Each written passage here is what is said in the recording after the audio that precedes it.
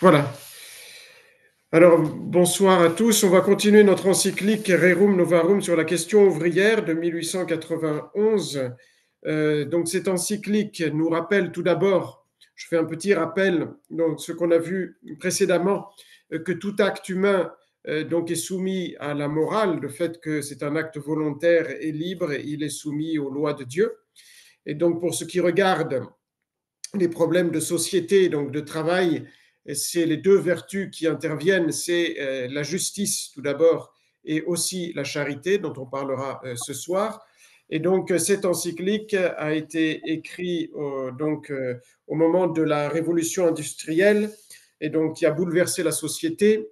Déjà, il y avait eu la Révolution française qui avait paganisé beaucoup les sociétés et donc les règles de justice et de charité n'étaient plus respectées donc comme du temps des corporations et donc avant la révolution. Et puis avec la révolution industrielle, ça a complètement changé donc les relations entre les patrons et les ouvriers et donc il n'y avait plus d'entente, il y avait des injustices qui étaient causées et donc l'Église a voulu donc intervenir pour redonner les règles de justice et de charité qui dans certains cas sont difficiles. Et donc il fallait le magistère de l'Église parce qu'il y a des choses qui sont un peu évidentes à tout le monde et d'autres qui ne le sont pas. Comme par exemple, j'en redirai un petit mot ce soir, donc les questions donc qui sont plus difficiles. Donc exemple la spéculation, la bourse. Donc ce sont des questions qui sont morales, qui ne peuvent pas se régler seulement avec la raison et le bon sens. Et donc le pape est intervenu. Donc il y avait cette paganisation avec toutes les lois donc modernes, mauvaises. Donc les corporations du Moyen Âge avaient été abolies. Donc c'est l'ancêtre, si vous voulez, des syndicats. Donc dans le bon sens du terme, les corporations de chaque métier qui se liguaient entre elles pour s'entraider. Donc la liberté de presse et puis les lois immorales donc qui ont beaucoup donc atteint aussi la vie chrétienne et donc la conscience chrétienne même dans les questions du travail. Et puis il y a eu le socialisme qui a donc profondément marqué les sociétés qui autrefois étaient chrétiennes, donc qui a introduit encore plus donc le matérialisme, puisque le socialisme n'est qu'une forme du communisme, dit le pape. Le communisme est plus violent, le socialisme l'est moins, mais en fait les idées sont les mêmes. Et puis donc il y a cette idée fausse de l'égalité, donc les hommes doivent être égaux en toutes choses. Mais les hommes sont égaux devant Dieu, vous le savez, nous avons tous la même dignité devant Dieu et nous sommes tous créés par Dieu pour sauver notre âme, pour retourner à Dieu vers l'éternité bienheureuse. Mais sur terre, Dieu a voulu une hiérarchie, Dieu a distribué ses dons et ses qualités de façon différente et chacun doit les faire fructifier. Et donc, il y a aussi une inégalité, aussi, ça s'applique aussi pour les biens matériels, mais la propriété privée est donc un droit donc strict de l'homme. Et donc, ce que nie le socialisme, c'est la deuxième chose importante que nie le socialisme. Donc, elle nie l'immortalité de l'âme, l'existence de Dieu, et puis elle nie justement la propriété privée qui est absolument nécessaire pour l'homme et pour le bon fonctionnement de la société. Quand un homme, dit saint Thomas, s'occupe de ses biens qui lui appartiennent, il a plus de soins que quand il s'occupe des biens des autres. Il en est ainsi. Donc il y a plus d'ordre aussi si chacun s'occupe de son bien, n'est-ce pas? Si chacun s'occupe du bien de tous, enfin il y a plusieurs personnes qui s'occupent de la même chose, il y a moins d'ordre. Et puis il y a plus de paix entre les hommes avec la propriété privée. Cette propriété privée est d'autant plus importante pour les pères de famille qui sont responsables de leur famille, justement, de leurs femmes et de leurs enfants. Les enfants sont un prolongement du père de famille et donc le père de famille a le devoir sacré de nourrir et d'entretenir sa famille et donc et ses enfants qui sont une sorte de prolongement de sa personne. Et donc la nature, c'est-à-dire Dieu, lui inspire de se préoccuper de leur avenir et donc il a besoin d'une propriété privée pour entretenir donc toute sa famille et donc lui nier ce droit que tout homme en travaillant normalement puisse petit à petit donc acquérir une propriété privée pour sa famille, eh bien c'est un dommage grave qui est fait aux familles. Et donc en plus, si on enlève donc la propriété privée et donc aux hommes, eh bien les facultés de l'homme viennent à diminuer, dit le pape, parce que donc on a moins envie de travailler, n'est-ce pas? Si on ne peut pas acquérir un bien qui appartient à soi-même, on devient seulement un rouage donc de machine, n'est-ce pas? Et donc ça diminue beaucoup les initiatives, ça encourage la paresse. Il n'y a plus cette joie de travailler pour sa famille, pour donc entretenir et suffire à sa famille. Et donc voilà que le socialisme supprime les ressources et les ressorts moraux donc de l'homme et aussi ceux qui viennent de la religion, et il met en danger véritablement l'homme et la société parce qu'il risque lui-même, l'homme, de se laisser aller, n'est-ce pas, même d'aller en dépression s'il n'a plus de but dans la vie qui puisse le stimuler. Et le travail, c'est un des meilleurs stimulants donc de l'homme. Et voilà. Et en plus, si l'homme ne s'occupe plus de son bien, c'est donc le fonctionnarisme qui s'étale et qui donc ne favorise pas justement les initiatives, le travail, et qui cause plutôt la routine, et si c'est mal géré aussi la paresse et l'insouciance. Donc il a rappelé cette importance de la propriété privée. Il a rappelé aussi que la famille précède l'État et l'État n'est là que pour protéger les droits de la famille et aider les familles. Et donc, l'État ne peut pas intervenir arbitrairement dans la famille. L'État ne peut intervenir dans la famille que dans deux cas extrêmes. Si la situation de la famille est désespérée, donc est irrémédiable, alors l'État doit venir au secours de la famille. Aussi, il y a une grave violation des droits naturels dans une famille, mais sinon, eh bien, l'État ne peut pas se substituer donc à l'autorité du Père qui a l'autorité de Dieu. Et donc nous avons vu enfin la question du travail qui justement ennoblit l'homme. Donc le travail n'est pas seulement un châtiment, hein, le travail c'est un exercice des facultés naturelles de l'homme, hein, c'est la condition de son développement physique, intellectuel et moral, et c'est une imitation de Dieu qui a créé en 7 jours, qui a travaillé hein, donc, pour créer, et donc il a travaillé durant 6 jours, il s'est reposé un jour, et bien ainsi l'homme doit collaborer avec Dieu. C'est un acte noble, le travail, qui véritablement ennoblit l'homme, et c'est un moyen de rédemption et de mérite. Puisque depuis le péché originel, donc au travail est liée aussi une peine qui nous permet de mériter, de nous racheter, et aussi de ressembler à notre Seigneur Jésus-Christ. On le reverra aussi donc ce soir. La dernière fois, nous avons vu donc que cette paganisation de la société a fait que l'homme a perdu son côté spirituel. Donc il est devenu, dit l'auteur que j'avais cité, donc j'ai repris un livre dont mon frère avait parlé donc dans certaines de ces réunions qu'il avait faites, donc l'économie science barbare d'Alexis Rostand.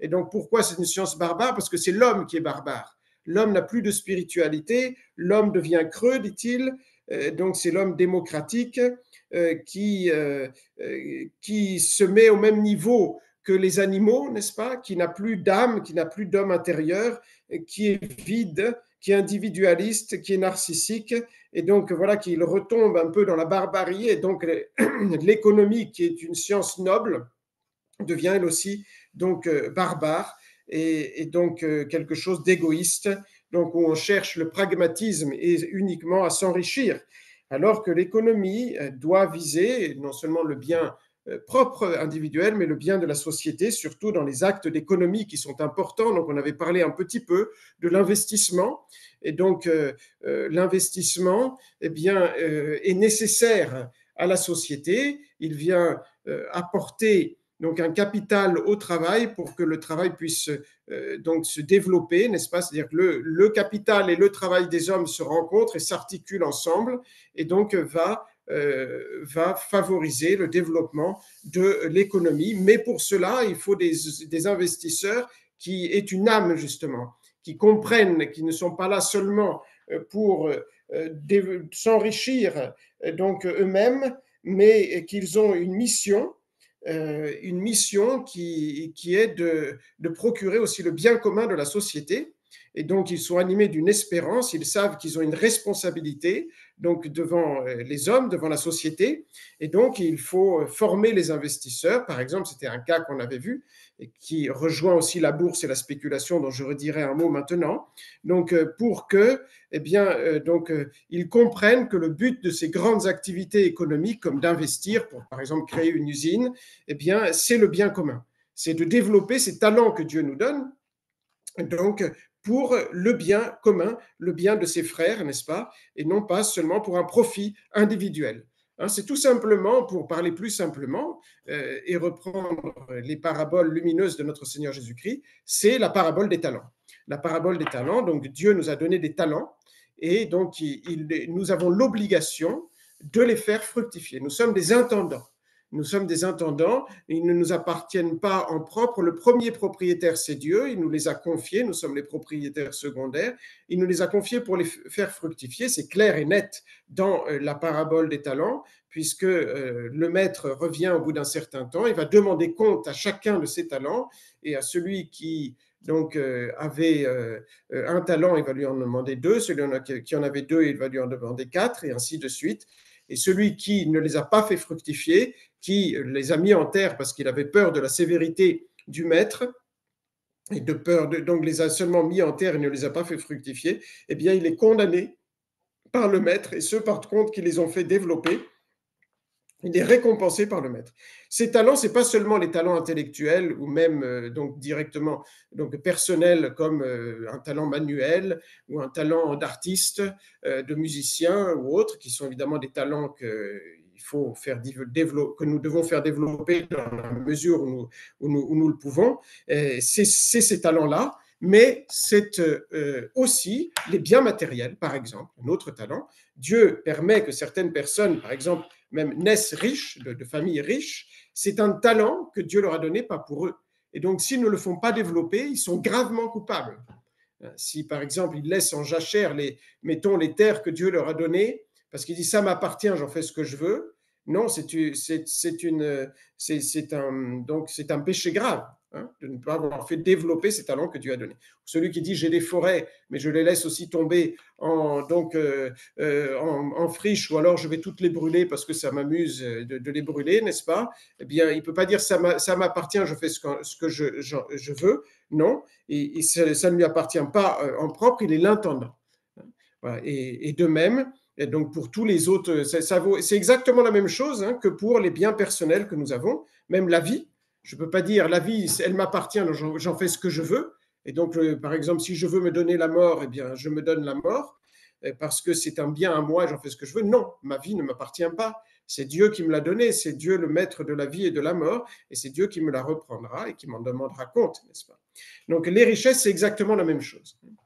Et donc, voilà que tout homme, et d'autant plus s'il a des responsabilités, d'autant plus s'il a des talents plus grands, que ce soit personnel ou donc extérieur, comme les biens matériels, eh bien d'autant plus il doit être un être spirituel qui doit agir en pratiquant des vertus théologales, la foi, l'espérance, la charité envers son prochain, et donc pour faire fructifier ces biens que Dieu lui a donnés.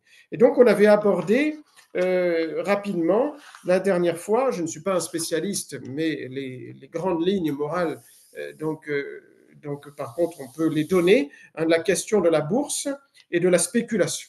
Donc la spéculation, ça vient d'un mot, je vous rappelle, d'un mot latin, speculum miroir, ou mieux, specula, la tour de guet. C'est celui qui va observer ce qui se passe autour de lui pour bien utiliser les richesses que Dieu lui a données et les faire fructifier. C'est quelqu'un d'intelligent et qui va donc faire fructifier, pas seulement pour son profit personnel, mais pour le bien de ses frères. Il va faire fructifier, eh bien, là, dans ce cas, des richesses que Dieu lui a confiées. qui est un talent que Dieu donc lui a confié. Et j'avais cité le premier, dit-on, dans l'histoire de l'humanité qui a créé ce terme et qui l'a mis aussi en pratique. C'est un philosophe grec, un des premiers philosophes grecs, Thalès de Milet, mais je crois que j'avais mal cité l'exemple, qu'est-ce qu'il a fait lui-même. Donc lui-même avait prévu à l'avance que dans les années futures, il allait y avoir des récoltes abondantes d'olives, et donc il avait acheté des pressoirs donc à l'avance, donc qui ne servaient au début à rien, parce qu'il avait vu que les récoltes allaient être abondantes, il allait manquer des pressoirs, de sorte que quand la récolte a été abondante, il a pu faire fructifier ses récoltes, parce qu'il avait prévu, il avait fait de la spéculation. C'est le premier philosophe grec qui avait fait de la spéculation. Donc la spéculation, c'est ça, c'est utiliser son intelligence pour faire développer les biens matériels que Dieu nous a donnés. C'est une activité économique.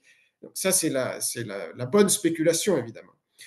Donc, c'est l'activité économique qui se déroule dans le temps historique et donc qui est chargée de contingence, et donc c'est celui qui prévoit. Donc, gouverner, c'est prévoir, vous le savez, et donc il va scruter l'avenir, il va scruter les circonstances, il va essayer même de deviner, et c'est dans le sens courant, vous le savez, on a utilisé cette expression, quelqu'un qui a le sens des affaires, c'est-à-dire il voit dans quel sens vont aller les circonstances, dans un sens bon, hein, toujours avec une intention bonne, on peut agir avec une intention bonne ou une intention mauvaise, pour faire fructifier ces dons éventuels que Dieu lui a donnés, ces biens que Dieu lui a donnés. Et donc, c'est une activité professionnelle qui se projette dans un futur proche. Évidemment, ça ne peut pas être très loin, n'est-ce pas? Donc, on dit normalement pas plus d'un an, on ne peut pas prévoir les activités économiques de plus d'un an. Et donc, il va faire cette vue à l'avance, cette spéculation, qui est importante pour la société, ne serait-ce par exemple, donc je lisais un livre de morale justement qui disait par exemple, pour régler les oscillations économiques, par exemple, s'il voit, au contraire de ce que je disais tout à l'heure, que l'année suivante, il va y avoir une pénurie, par exemple, de blé, donc importante, donc à l'avance, on va monter un peu les prix afin que les personnes achètent moins de blé et qu'il en reste pour l'année d'après. Donc, vous voyez, c'est dans un bon but pour donc le bien de la société. Évidemment, donc il y a aussi ceux qui jouent avec cela et ceux qui ont une mauvaise intention. Mais sinon, la spéculation organisée permet de régler les risques que l'on sait évaluer. Donc, c'est comme la bourse, n'est-ce pas? Donc, la spéculation ou la bourse peuvent être bien utilisées ou mal utilisées, et bien utilisées donc sur le marché, donc peut avoir un rôle utile et même indispensable pour la société. La bourse dans un pays donc est quelque chose d'absolument indispensable pour faire fructifier justement les biens du pays. Évidemment, il ne faut pas omettre de dire, surtout à l'heure actuelle où il n'y a plus justement d'âme donc intérieure chez beaucoup d'hommes, n'est-ce pas? Donc ce sont des êtres économiques et pragmatiques qui cherchent uniquement le profit personnel. Les abus sont extrêmement nombreux, donc dans la bourse et dans la spéculation, parce que quand il y a l'appât du gain, quand il y a l'avarice, ça pousse donc beaucoup de personnes qui sont sans scrupules et sans conscience, eh bien, à une seule chose, c'est de gagner le plus possible. Ils sont capables d'inventer n'importe quoi, de mentir, de mentir comme ils respirent, n'est-ce pas? Donc, pour gagner le plus possible. Et ça, malheureusement, c'est donc la malignité de l'homme quand il s'éloigne de Dieu et quand il n'écoute plus sa conscience. Et donc, voilà pourquoi il est très important, évidemment, et normalement, c'est ce que après, moi, je ne connais pas assez pour parler plus, mais donc les États, évidemment, mettent des règles juridiques et morales pour éviter les tromperies trop grosses, normalement, n'est-ce pas? Et cela est absolument nécessaire parce que l'homme étant ce qu'il est, ayant donc le péché originel, bien souvent, il utilise ces moyens-là, qui en soi sont bons pour faire du mal et pour tromper son prochain. J'avais dit aussi un mot de la grève, je redis un mot là-dessus parce que c'est une chose importante, et donc liée aussi à la question des syndicats indirectement. Donc la grève, comme vous le savez, c'est une cessation simultanée du travail dans le but de modifier les contrats de travail. Donc, quand ceux qui sont employés donc, pensent qu'ils sont lésés dans leur travail, qu'il y a des injustices, alors est-ce que la grève est licite? C'est ça la question. La grève, c'est un mal. C'est un mal, ça c'est en soi.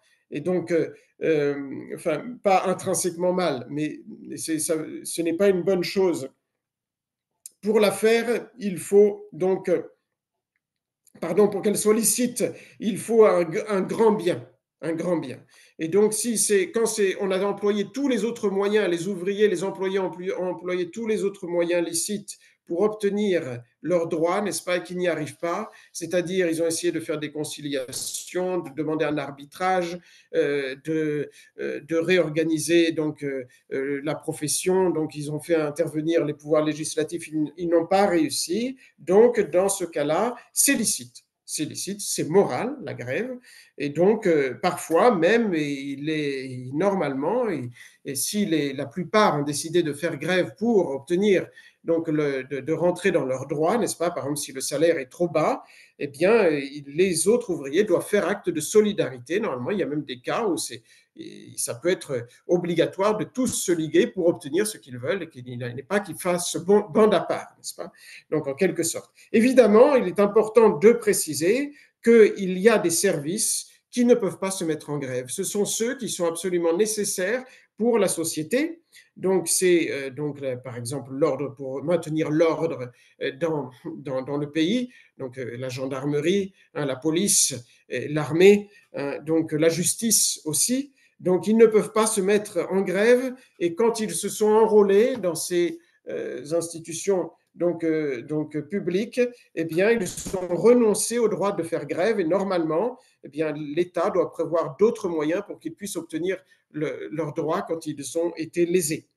Et puis, il y a les services publics qui ne sont pas absolument nécessaires, mais qui sont très utiles, qui, dans la pratique, c'est la même chose, ne peuvent pas se mettre en grève, ils doivent prendre d'autres moyens pour obtenir leurs droits. C'est le cas de la SNCF, qui, normalement, ne pourrait pas se mettre en grève parce que ça fait trop de dommages, même si on peut circuler d'une autre manière, donc à la société. Donc, des grèves, en effet, des grèves qui frappent donc des secteurs qui sont indispensables à la vie du pays peuvent même faire effondrer un pays. Je crois qu'en Amérique, je ne sais plus si c'est en Amérique ou dans un autre pays anglais, il y a eu une grève des mineurs qui a failli faire écrouler le pays parce que ça fait comme un jeu de cartes. Il y avait plusieurs secteurs qui ont été impactés par cette grève. Donc, elle est licite, mais à certaines conditions, et pas tout le monde peut la faire. Voilà. Maintenant, il y a donc les syndicats qui défendent les droits des travailleurs. Les syndicats en soi, c'est une bonne chose, mais là aussi, malheureusement, la plupart des syndicats sont gangrénés par, comme vous le savez, le socialisme et le communisme. Donc, ils ont très mauvais esprit, mais en soi, ça revient aux corporations, n'est-ce pas? Donc, l'Église a approuvé cela si, évidemment, l'esprit et les règles sont bonnes, sont conformes à la morale et donc au droit en tout cas naturel. Voilà, il faut aussi que les syndicats soient réglés par des règles juridiques. Voilà, donc ça c'est tout ce qu'on avait vu en fait la dernière fois et je voudrais redire aussi un petit mot quand même de l'équité. C'est quand même très intéressant et pour ceux qui sont dans le monde du travail, beaucoup d'entre vous, c'est important. Donc les relations entre patrons, entre employeurs et employés, sont réglées par la justice et la charité. Donc la justice est beaucoup plus importante. La charité ne vient qu'après. Donc, il n'y a pas de charité si d'abord on n'a pas respecté la justice. D'abord, il faut respecter la justice. La société est fondée sur la justice. Les lois juridiques sont fondées uniquement sur la justice. Parce que donc la charité est quelque chose d'un peu aléatoire en ce sens que celui qui a besoin de la charité des autres, le pauvre ou celui qui est dans la nécessité même grave ou extrême, donc il a le droit à en quelque sorte à la charité des autres, mais en fait, il ne peut pas l'exiger. L'autre, celui qui possède, celui qui est fortuné, a le devoir de donner, mais on ne peut pas l'obliger sous peine de loi, n'est-ce pas? Donc c'est différent. Donc les lois donc, de l'État sont fondées sur la justice uniquement. Mais donc dans les relations entre patrons et ouvriers, donc, pour des patrons chrétiens, donc les relations sont réglées donc par ce qu'on appelle l'équité. Alors, l'équité, ce n'est pas une vertu qu'on retrouve en fait vraiment dans les catéchismes, si vous voulez, ou dans les manuels de théologie, mais ce mot est employé par le pape Léon XIII. Donc c'est un mot tout à fait donc juste, mais on parle plutôt de justice, de charité dans les livres même de catéchisme. On ne trouve pas ce mot équité qui convient plus à la justice sociale, et puis aussi d'épikie. Certains d'entre vous connaissent. Donc c'est la justice qui tient compte de toutes les circonstances. Et donc, par exemple, qui tient compte justement des circonstances qui n'ont pas été prévues par la loi. Donc, l'épikie, c'est cette vertu qui fait respecter l'esprit de la loi quand la lettre ne peut pas être respectée, parce que quand un législateur fait une loi, il ne peut pas prévoir tous les cas. Et donc, il prévoit la plupart des cas. Il y a des cas qui ne peuvent pas rentrer dans la considération de la loi. Ce sont les exceptions. Et alors, il y a des circonstances où on doit sortir de la lettre de la loi pour pouvoir respecter l'esprit pour laquelle le législateur a fait la loi. Donc, cette vertu est connue, en tout cas dans les livres de théologie, hein, et donc qui est très importante, hein, l'épikie. Saint Paul en parle déjà, puisqu'il dit « la lettre tue et l'esprit vivifie ». Donc, il ne faut pas toujours chercher à respecter la lettre de la loi quand on voit que ça ne va plus, ça ne cadre plus avec la justice et la charité, n'est-ce pas? Donc, on parle d'épikie. À l'heure actuelle aussi, dans la situation de l'Église, on parle souvent d'épikie. C'est très important parce qu'on est dans des circonstances exceptionnelles. On n'est pas dans des circonstances normales puisqu'il y a la vacance du Saint-Siège. Et donc, cette équité, c'est important. Qu'est-ce que c'est en fait dans les relations sociales entre employeurs et employés? Eh bien, c'est une justice plus noble et donc moins obligatoire de la part de celui qui requiert qui demande l'application de cette vertu. Et donc, c'est une justice qui est plus humaine, qui est plus mitigée, et donc qui se trouve un peu, si vous voulez, entre la justice et la charité, qui tient compte de toutes les circonstances.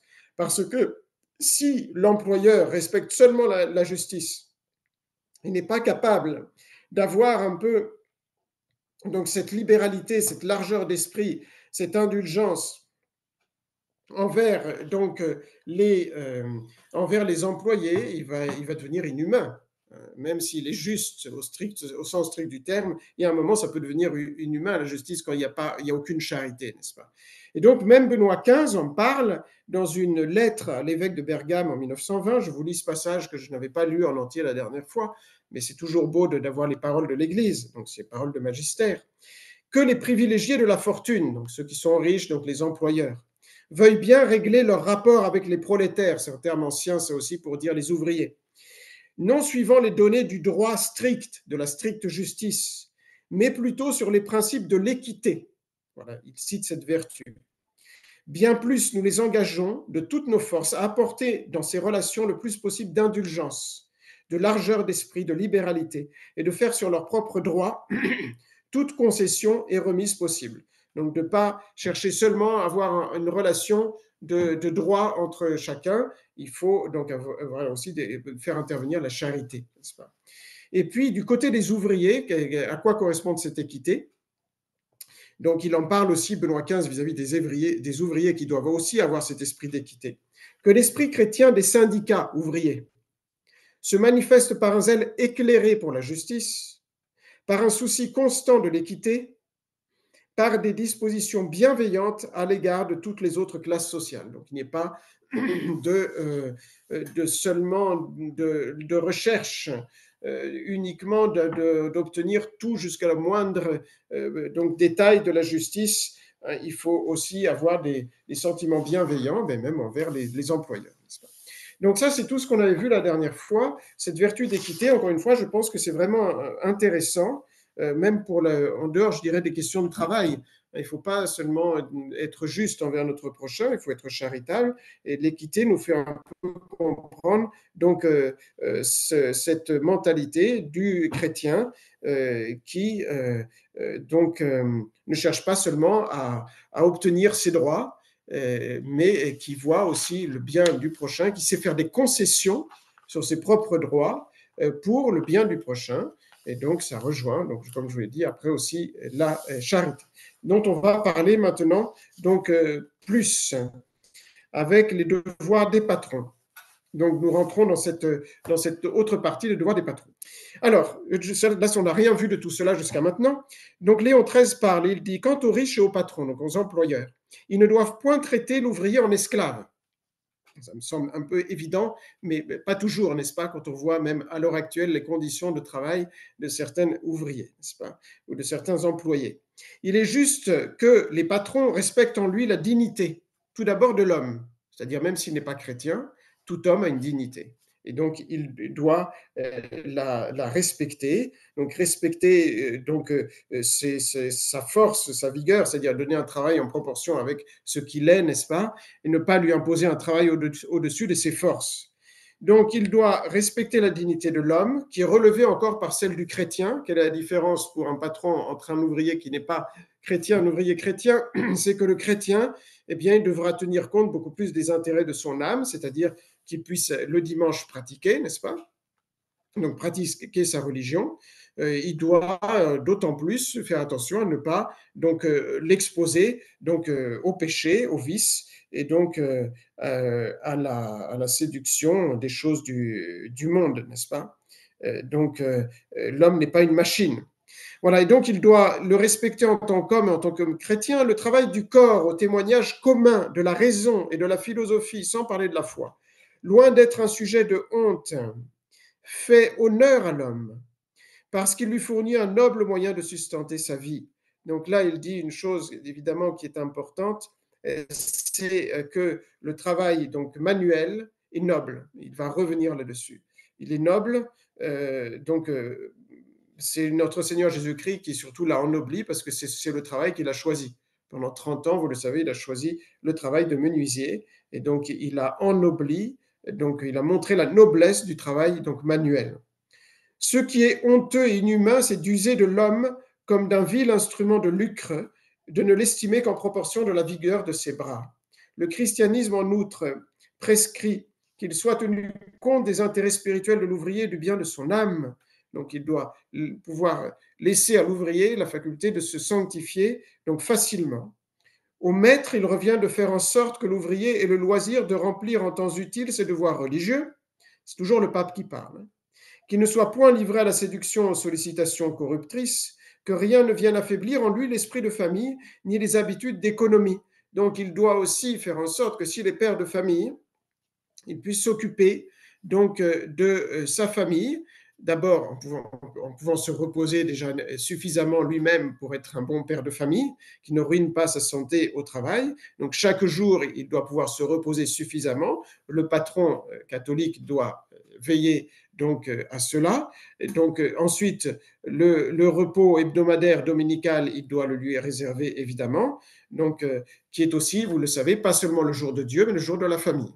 Donc, toute personne doit pouvoir donc, aller à la messe dans la mesure où c'est possible, et puis donc être avec sa famille le dimanche. C'est absolument indispensable. Et donc, si c'est la femme qui travaille, il doit faire attention, d'autant plus à proportionner le travail à la femme, surtout si elle est mère de famille ou elle est appelée à être mère de famille, parce qu'elle doit pouvoir mettre des enfants au monde en bonne santé, n'est-ce pas? Et donc, voyez l'importance, c'est là où on revient au discours d'avant. C'est que le patron, donc l'employeur, il doit être en quelque sorte plus spirituel que les autres parce qu'il a une responsabilité beaucoup plus grande. Dans la société, il a donc un rôle beaucoup plus important et donc il doit être capable de le tenir. Il doit se former suffisamment pour connaître les règles qu'il doit respecter. Par exemple, normalement, un patron devrait connaître ce qu'on fait maintenant, n'est-ce pas? Il doit lire Rerum Novarum et Quadragesimo Anno, qui si Dieu veut, on fera aussi ensuite, n'est-ce pas? Parce que là, il y a toutes les réponses, comment un patron doit donc respecter les lois de la justice et de la charité. Donc pourquoi il a un rôle important? Parce que de ces décisions dépend la vie physique et morale et spirituelle de beaucoup d'ouvriers. Et donc leur vie sera ce que lui en fera en quelque sorte. C'est suivant les règles qu'il mettra dans le travail, enfin en partie évidemment. En tout cas, sa responsabilité, vous l'avez compris, est beaucoup plus grande. Ça doit être un être donc moral, spirituel, intérieur, capable de prendre des décisions pour le bien commun, qui ne pense pas seulement à lui. Et puis il y a cette question du travail manuel. Léon XIII a dit une chose vraiment importante. Le travail manuel n'est pas un sujet de honte, il fait honneur à l'homme parce qu'il lui fournit un noble moyen de sustenter sa vie. Et comme preuve de cela, eh bien, il donne l'exemple de notre Seigneur Jésus-Christ à Nazareth, qui a réhabilité le travail. Pourquoi réhabilité? Parce que vous le savez, les païens, eh bien, donc, considéraient le travail manuel comme donc, propre aux esclaves. Et donc l'homme libre devait ne pas travailler manuellement. Il n'y avait que les esclaves qui devaient travailler manuellement, donc c'était méprisé, le travail manuel. Jésus est venu changer donc l'esprit, changer la donne, en montrant que ce travail manuel donc, est tout à fait noble. Vous savez qu'on dit toujours, hein, c'est resté l'expression même dans l'Église. Donc le travail servile. Le travail servile, donc le dimanche, parfois dans les catéchismes, vous voyez, on ne doit pas faire de travaux serviles. Ça vient de serviteurs. Donc c'est les travaux manuels parce que autrefois, et donc c'était les serviteurs qui faisaient les travaux manuels. Donc il est resté l'expression travaux serviles. Alors que ce sont des travaux qui sont tout à fait nobles, qui ennoblissent l'homme, qui fait honneur à l'homme. C'est donc juger et agir en païen que de dédaigner le travail et les travailleurs manuels. Celui qui méprise les travailleurs manuels n'a pas un esprit chrétien. Il a un esprit païen.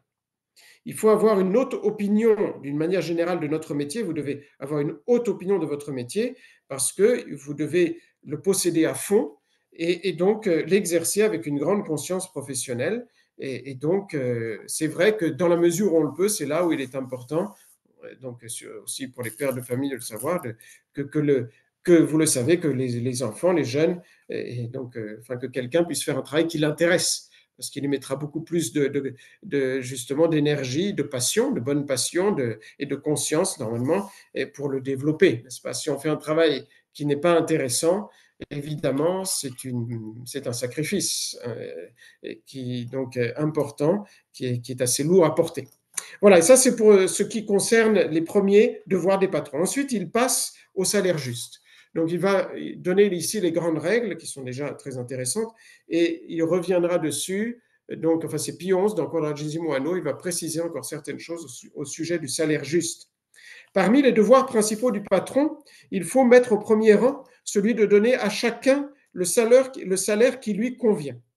Assurément, pour fixer la mesure juste du salaire, il y a de nombreux points de vue à considérer. C'est une question assez vaste. Mais, d'une manière générale, que le riche, le patron, se souvienne qu'exploiter la pauvreté et la misère et spéculer, mauvaise spéculation, sur l'indigence sont des choses que réprouvent également les lois divines et humaines. Il va aller beaucoup plus loin en disant la gravité de ce péché. Ce qui serait un crime à crier vengeance au ciel serait de frustrer quelqu'un du prix de ses labeurs. Celui qui ne donne pas le prix de ses labeurs, il fournit un travail qui, en justice, il a le droit donc à un salaire qui donc soit proportionné. Eh bien, c'est un des péchés, je pense que vous le savez, qui crie vengeance contre Dieu. C'est dans la Sainte Écriture. Il y a 4 péchés qui crient vengeance envers le ciel, envers Dieu. C'est marqué dans la Sainte Écriture, et l'un d'eux, c'est refuser le salaire à l'ouvrier. Et par exemple, Saint Jacques le dit, c'est révélé, chapitre 5, verset 4. Voilà que le salaire que vous avez dérobé par fraude à vos ouvriers crie contre vous, et que leur clameur est montée jusqu'aux oreilles du Dieu des armées. C'est un des 4 péchés qui crient vengeance contre Dieu. Donc, il y a aussi opprimer les pauvres, puis les 2 autres, c'est, vous le savez, je pense, l'homicide.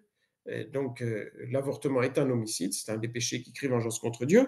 Et puis, Donc, le dernier, c'est les péchés contre nature. Les péchés donc contre le sixième commandement qui sont contre nature. Donc, voilà, pour l'homosexualité, hein, donc, principalement. Donc, ensuite, il continue, donc plutôt le commentaire de ce passage. Alors, je vais aller un peu vite pour pouvoir passer à ce très, très beau passage sur la conception de la vie, hein, qu'en plein milieu de la question sociale explique Léon XIII pour montrer qu'on ne peut régler cette question sociale que si on a une vraie vision de la vie. Donc, on a un bon jugement sur ce qu'est la vie sur Terre. Donc, pourquoi c'est la première préoccupation du patron de donner un salaire juste? Parce que c'est un devoir de justice strict. Donc, le travail donné est racheté par le salaire.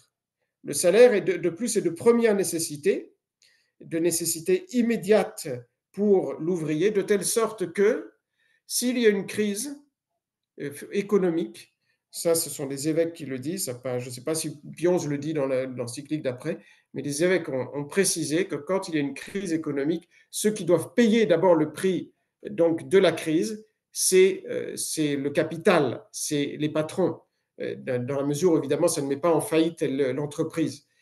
Parce qu'il faut protéger le salaire juste donc, qui est dû donc, aux ouvriers.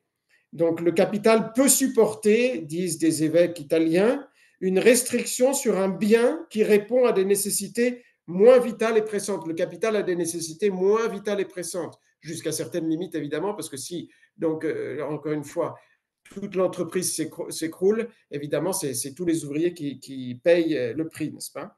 Tandis que le travailleur ne peut rien retrancher à ses besoins absolus. Donc, le patron doit faire des sacrifices, lui tout d'abord, avant d'en faire à ses ouvriers. Quels sont les actes violents, fraudes, manœuvres usuraires de nature à porter atteinte à l'épargne des ouvriers, dont fait allusion Léon XIII? Donc ça, c'est un commentaire, ce n'est pas dans l'encyclique. C'est une retenue injuste sur leur salaire. C'est le refus de la titularisation des employés, qui est différé sans motif valable, uniquement pour se dispenser de les payer plus. C'est leur prêter de l'argent à un taux exagéré, c'est l'usure au sens strict. C'est des opérations financières malhonnêtes ou imprudentes. C'est la vente d'une machine à un ouvrier avec des fausses promesses de travail. On dit, on te vend cette machine pour que tu travailles, et puis en fait, il n'y a pas de travail. Et cas très commun, je pense, n'est-ce pas, à l'heure actuelle, malheureusement, c'est l'embauchage à l'essai, maintenant on dit CDD, et le renvoi pour se dispenser ainsi de rétribuer des employés. Donc, refus du CDI pour pouvoir renouveler les CDD et donc que ça coûte moins cher. Et puis les transactions industrielles louches, par exemple, une faillite voulue et rachat en sous-main. Voilà, donc ça c'est pour le salaire juste. C'est un mot sur le salaire juste qui déjà donne les grandes lignes et en fait, Pionze va préciser plus les choses, c'est-à-dire que le salaire doit être proportionné, comme vous le savez, donc à la famille. Donc un célibataire ne reçoit pas le même salaire, même en fournissant le même travail, qu'un père de famille qui a 10 enfants, ou même qu'un père de famille qui a 3 enfants. Et le salaire doit avoir une certaine proportion, eh bien, donc, aux responsabilités de la personne. Et là, il y a ce très beau passage, vraiment magnifique, qui est en fait un passage à méditer, hein, de spiritualité pratiquement, en plein milieu de la question sociale. C'est la pensée de l'autre vie. L'obéissance à ces lois ne suffirait-elle pas à elle seule pour faire cesser tout antagonisme, toute dispute, toute lutte entre les classes sociales et en supprimer les causes? Oui, normalement, on obéit aux lois de la justice et de la charité, tout rentre dans l'ordre, oui. L'Église, toutefois, instruite et dirigée par le Christ, porte ses vues encore plus haut. Elle propose un corps de commandement plus complet parce qu'elle ambitionne de resserrer l'union des deux classes jusqu'à les unir l'une à l'autre par les liens d'une véritable amitié. Donc, contrairement à l'esprit donc, communiste, socialiste, moderne, donc, il faut la lutte des classes, chacun doit réclamer ses droits sans penser à ses devoirs, alors que le champ des devoirs de chacun de nous est beaucoup plus important que celui de ses droits, n'est-ce pas? On a beaucoup plus de devoirs que de droits. Eh bien, donc, l'Église, pour aller plus loin, elle va faire en sorte que tous soient unis, donc les employeurs, les employés, toutes les différentes classes sociales soient unis d'une véritable amitié et sincère amitié. Et qu'est-ce qui donne cela? C'est le but de la vie. Il l'explique admirablement bien. Nul ne saura avoir une intelligence vraie de la vie mortelle, ni l'estimer à sa juste valeur, s'il ne s'élève jusqu'à la considération de cette autre vie qui est immortelle. En d'autres termes, si on ne comprend pas qu'on a une vie immortelle après la vie sur Terre, on n'a rien compris à la vie, on ne peut pas bien se comporter dans cette vie si on pense que la seule vie, vraie vie, c'est la vie sur Terre.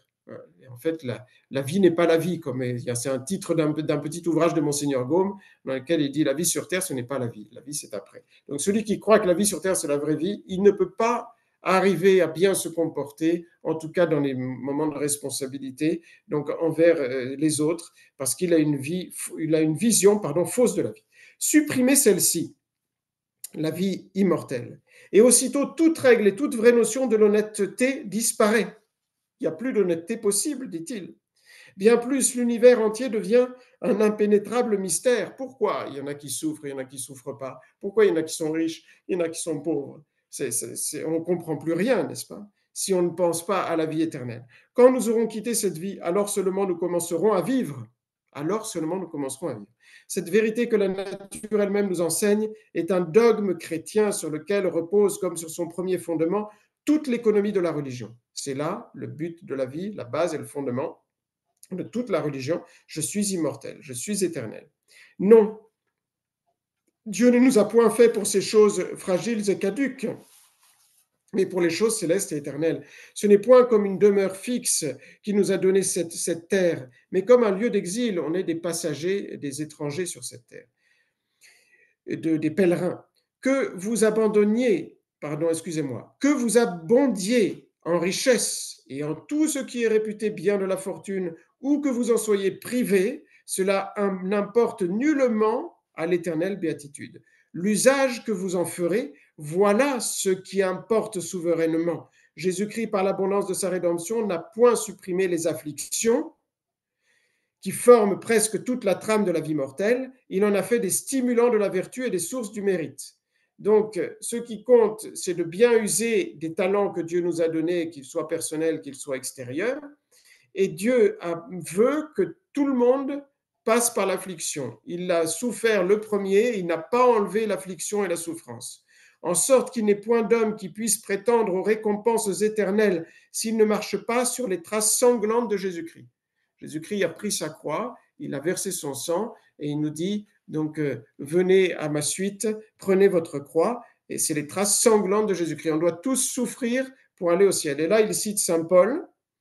Vous connaissez, je pense, cette phrase qui est, en quelques mots, saint Paul dit tout, si on peut dire.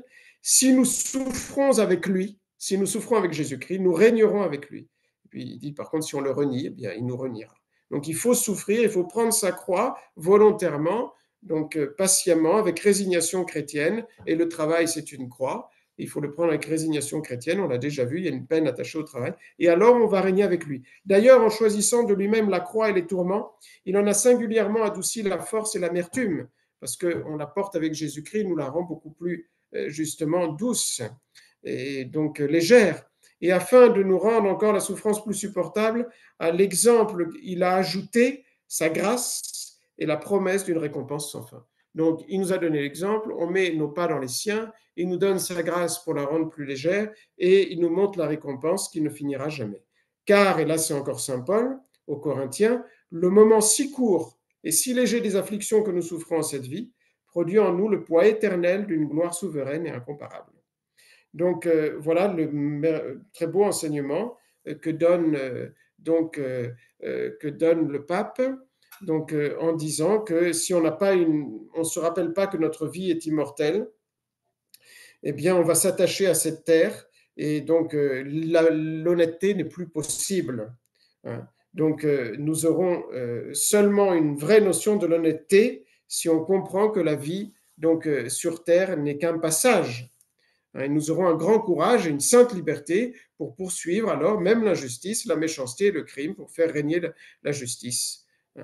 Voilà. Et donc ça c'est très beau comme passage, comme vous l'avez remarqué. Et comme j'ai encore 5 minutes, je vais dire un mot sur le paragraphe suivant, qui est la parabole des talents. La parabole des talents qui est expliquée par le pape Léon XIII. Et donc, en fait, c'est déjà ce que je vous ai dit. Évidemment, il explique donc, de façon très, très belle. Hein. Donc, le bon usage des richesses, c'est un talent. Et donc, si on l'a, on devra en rendre compte à Dieu. Les fortunés de ce monde sont avertis que les richesses ne les mettent pas à couvert de la douleur, qu'elles ne sont d'aucune utilité pour la vie éternelle, mais plutôt un obstacle, qu'ils doivent trembler, les fortunés de ce monde doivent trembler devant les menaces inusitées que Jésus profère contre les riches, qu'enfin il viendra un jour où ils devront rendre à Dieu, leur juge, un compte très rigoureux de l'usage qu'ils auront fait de leur fortune. Dieu leur a donné cela comme un bien à développer et ils doivent craindre de mal l'utiliser. C'est ça la vraie conception chrétienne des richesses qu'on peut posséder sur terre. Et même Jésus a dit dans l'Évangile que c'est plus facile aux pauvres de rentrer dans le ciel qu'aux riches. Donc on voit bien dans la vie de Jésus-Christ, c'est d'abord les pauvres qui sont venus, ensuite les riches. Par exemple, à Bethléem, il y a d'abord les bergers et après sont venus les riches. Ils sont venus, mais ils sont venus après les pauvres. Sur l'usage des richesses, voici l'enseignement d'une excellence et d'une importance extrême que la philosophie a pu ébaucher seulement, mais qu'il appartenait à l'Église catholique de nous donner dans la perfection et de faire descendre de la connaissance à la pratique. Le fondement de cette doctrine est dans la distinction entre la juste possession des richesses et leur usage légitime. C'est vrai que quand on possède justement. C'est un bien qui nous appartient et pas à l'autre, n'est-ce pas? Mais après, il y a une distinction à faire avec l'usage légitime. Ce n'est pas parce que ça m'appartient que je peux en faire l'usage que je veux. Non, je dois en faire l'usage que Dieu veut. La propriété privée est pour l'homme de droit naturel, nous l'avons vu. Donc les richesses, ça appartient à une personne et pas à l'autre. L'exercice de ce droit est chose non seulement permise, du droit de posséder, surtout à qui vit en société, mais encore c'est absolument nécessaire. La propriété privée est nécessaire à la société et à l'individu. On l'a déjà vu. Maintenant, si l'on demande en quoi il faut faire consister l'usage de ces biens, c'est différent. Il y a la possession et l'usage. L'Église répond sans hésitation. Sous ce rapport, l'homme ne doit pas tenir les choses extérieures pour privées, mais bien pour communes, de telle sorte qu'il en fasse part facilement aux autres dans leurs nécessités. C'est pourquoi l'apôtre a dit, ordonne aux riches, saint Paul dit, ordonne aux riches de ce siècle de donner facilement, de communiquer leurs richesses. En fait, voilà, dans l'usage, c'est Dieu le premier propriétaire et nous les seconds propriétaires. Donc, Dieu veut que ces richesses servent à tous ceux qui en ont besoin, qui sont dans la nécessité. Donc, si celui qui possède dit ça m'appartient, j'en fais ce que je veux, et donc il y a des pauvres, eh bien tant pis pour eux, eh bien en fait il va contre la volonté de Dieu, que Dieu lui a donné ses richesses pour que le surplus le donne aux pauvres. Il va préciser, nul assurément n'est tenu de soulager le prochain en prenant sur son nécessaire. Alors le nécessaire, non, celui qui possède, il peut le garder tranquillement en conscience. Ou le nécessaire pour sa famille, ni même, donc, il n'est tenu de soulager le prochain, donc le pauvre, en retranchant de ce que les convenances ou la bienséance imposent à sa personne. Nul, en effet, ne doit vivre contrairement aux convenances. C'est-à-dire que chaque classe sociale a une classe sociale. Donc, le roi ne doit pas vivre comme un paysan, évidemment. S'il se déplace comme un paysan et se vêt comme il est vêtu comme un paysan et vit comme un paysan, et il ne va plus être respecté, n'est-ce pas? Donc, il y a certaines convenances qui conviennent à chacun. Mais dès qu'on a suffisamment, c'est là la limite, dès qu'on a suffisamment donné à la nécessité et au décorum, c'est le pape qui dit comme ça, c'est un devoir de donner le superflu à ceux qui sont dans le besoin. C'est un devoir de donner le superflu. Ce qui reste, donnez-le en aumône, dit notre Seigneur Jésus-Christ. Ce qui reste, donnez-le en aumône.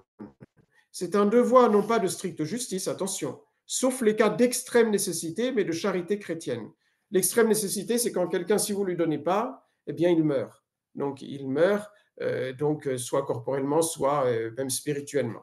Ça, c'est l'extrême nécessité. Alors là, donc, c'est une stricte justice. Il est obligé de donner. De sorte que s'il ne donne pas, celui qui est en train de mourir, il peut aller prendre, il ne vole pas. Il peut se servir, donc il ne vole pas. C'est le seul cas qui existe comme cela.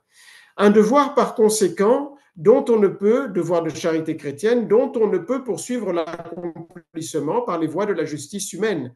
On ne peut pas faire un procès parce que quelqu'un n'a pas fait la charité. Mais au-dessus du jugement de l'homme et de ses lois, de la société, il y a le jugement de Dieu, qui nous persuade de toutes les manières de faire habituellement l'aumône. Jésus-Christ le dit, donc avec une très belle phrase que vous connaissez sans doute, il y a plus de bonheur à donner qu'à recevoir. C'est un proverbe, je pense, mais c'est Jésus-Christ qui l'a dit. Il y a plusieurs proverbes qui sont passés dans le langage courant et qui viennent directement de l'Évangile. Ça, c'est dans les Actes des Apôtres, mais c'est l'apôtre qui réfère les paroles de Jésus-Christ qui a dit « Il y a plus de bonheur à donner qu'à recevoir ». Donc, celui qui donne, il reçoit plus de joie que celui qui reçoit. Et le Seigneur tiendra pour faite ou refuser à lui-même l'aumône qu'on aura faite ou refusée, donc aux pauvres. Chaque fois que vous avez fait ce bien à l'un des moindres de mes frères, c'est à moi que vous l'avez fait, dit Jésus. Du reste, voici en quelques mots le résumé de cette doctrine. Donc, je crois que c'est Saint Grégoire le Grand, si je ne me trompe pas. Donc, il résume cette doctrine en disant « Quiconque a reçu de Dieu une plus grande abondance, soit des biens externes et du corps, soit des biens de l'âme, les a reçus dans le but de les faire servir à son propre perfectionnement, et tout ensemble comme ministres de la providence de Dieu pour l'utilité des autres. C'est pourquoi quelqu'un a-t-il le talent de la parole, qu'il prenne garde de se taire. Quelqu'un a-t-il une surabondance de biens, il est riche, qu'il prenne garde donc de ne pas faire, excusez-moi, qu'il ne laisse pas la miséricorde s'engourdir au fond de son cœur, donc qu'il prenne garde de ne pas faire l'aumône. Quelqu'un a-t-il l'art de gouverner, qu'il s'applique avec soin en partager donc avec son frère l'exercice et les fruits. Donc, je finirai cela la prochaine fois, mais vous avez compris déjà l'essentiel, n'est-ce pas? Donc, c'est que tout ce qu'on a, c'est des talents, quel que soit-il. Donc, que ce soit, que ce soit la musique, que ce soit le capacité d'organiser, que ce soit les biens matériels qu'on a, que ce soit la force physique. C'est un talent que Dieu nous a donné, nous a prêté, et nous sommes obligés de le faire fructifier. On revient toujours à la parabole des talents. Et celui qui ne le fait pas fructifier, quel que soit le talent, il sera condamné. Et celui qui le fera fructifier, il sera récompensé. Donc, pour ce qui concerne les biens,